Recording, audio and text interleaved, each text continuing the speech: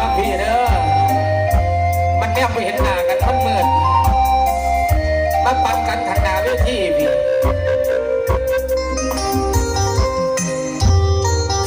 พรุ่งนี้ละเจ้าสิเข้าแต่งงานใจอ้ายเหมือนถูกประหารมันทรมานน้ำตาเปียกหมอน100%อ้ายนี้อกหักแน่นอนเพราะคนที่จะลั่นกลอนของหอนอนไม่ใช่ตัวเราครั้งนี้เราต้องกลายเป็นผู้แพ้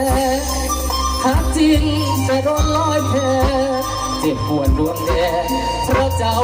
รุ่งเยาว์แบบพันพรุ่งนี้แล้วแฟนเราต้องเป็นของเขาคำเชิญว่าที่เจ้าสาวบอกให้เรานี้ไปช่วย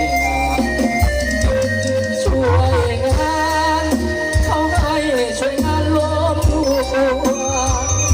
เป็นคนทุกหัวลงหัวลากคอยวันงานขาดไม่ถึงน้องเชิญเป็นมือสังหารขืนใจคล้องไปวันงานน้องเอาบุญแล้วพรุ่งนี้เราใจอ้ายเหมือนถูกประหารเสียงลั่นโหแซวจากการกินดองให้น้องครบครันทุกแนวตำแหน่งอายคนหาแล้วก็เป็นเกียรติแล้วคือเป็นหนึ่งสาเป็นนางผู้สาวเสือเขียวเราลงคอนลงเนี่ยโรงมาอ๋อไอชื่อเดียน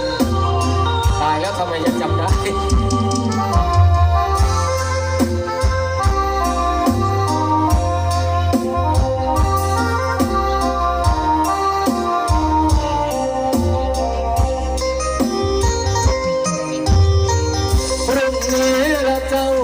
เข้าพาพัน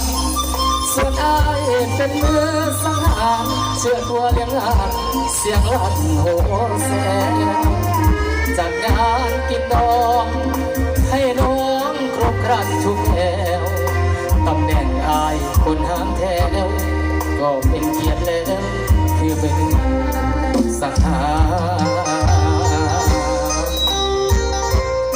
สำหรับคำสีของพวกเราทำใจจากพี่จากน้องนะครับถือว่าเป็นลูกเป็นหลานของแม่ไล่อีกคนหนึ่งนะครับมีโอกาสมาสวยงานพี่น้องเขาทำกันแต่แค่ไรกับไรเทียนครับขอบคุณทุกท่าน